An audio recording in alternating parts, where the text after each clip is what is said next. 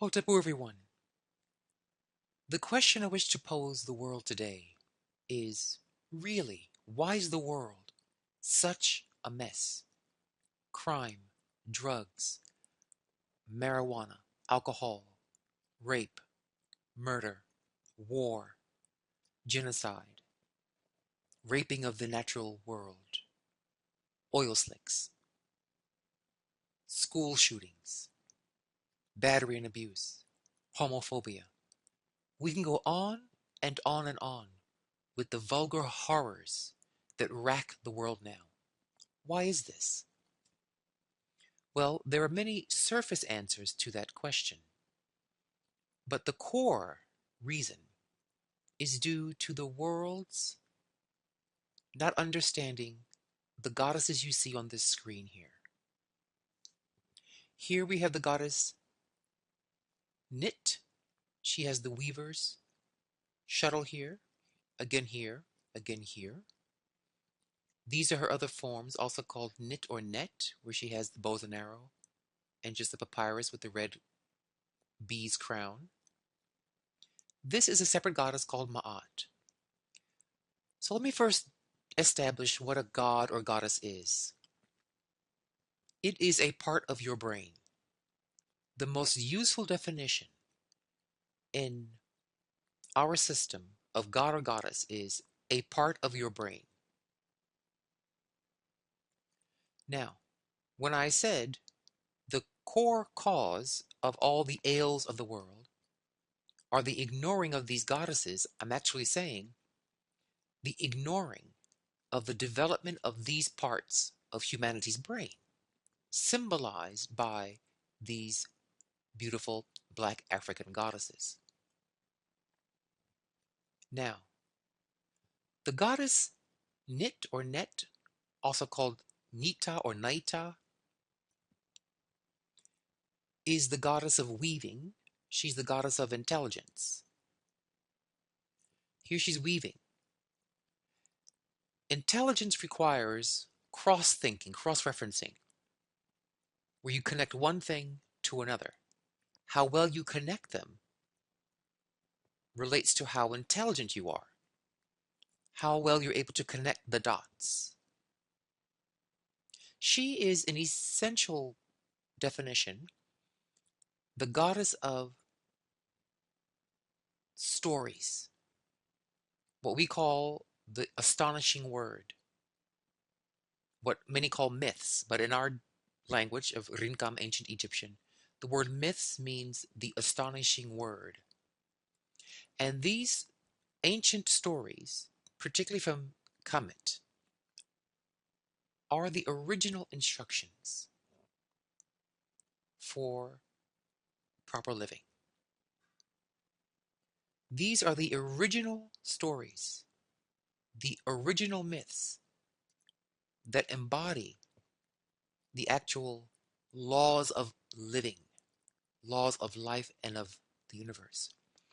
When we ignore those parts of our brain that can weave our connection to natural organic process, we create unnatural inorganic destruction. So, the ancient Kamatic stories of creation, the story of As and Osar and Heru, the story of Ra, the story of the Eye of Sekhmet, these are all the original instructions given to us by the universe we call Neter, or the great scientist. Poured these stories, these myths, these astonishing words through the minds of the black wise women and men of Africa, of the Nile Valley, and gave these myths.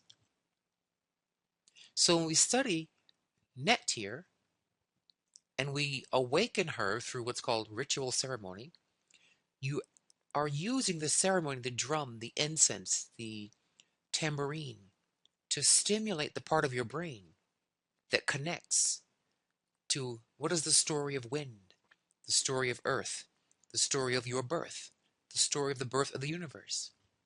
What are these astonishing words, these ancient myths? When you don't know your story, You act outside of character. You bump into the set, you say other people's lines, and the show becomes a wreck.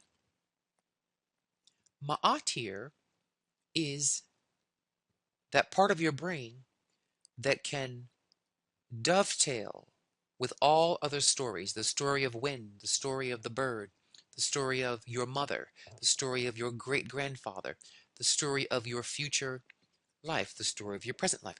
All these stories are like threads in a loom, and they connect. They all form a giant pattern. We are small parts of a giant, vast cosmic pattern. Gay people have a story. When we were fired from our jobs and our stories destroyed, many gay people are wandering lost in their very souls, trying to fill meaning with alcohol, drugs, and all kinds of madness, including the evil weed marijuana. To heal us, gay people, black people, women, all people, we must go to the original instructions of the astonishing words from the beginning. And we learn how wind was born, and earth was born, and humans came from those, and our relationship, how we're woven in connection with all these things. When in Africa a child's born, at 3 days old, the diviner tells the parents the child's story, the myth the child is going to play out, which will become theirs. How the child will be a specific time and space sensitive version of an ancient, astonishing word, an ancient mythology. And when you have children raised from the beginning with their story, they're focused. They know where they're going. They have meaning to their life, purpose to their life, direction.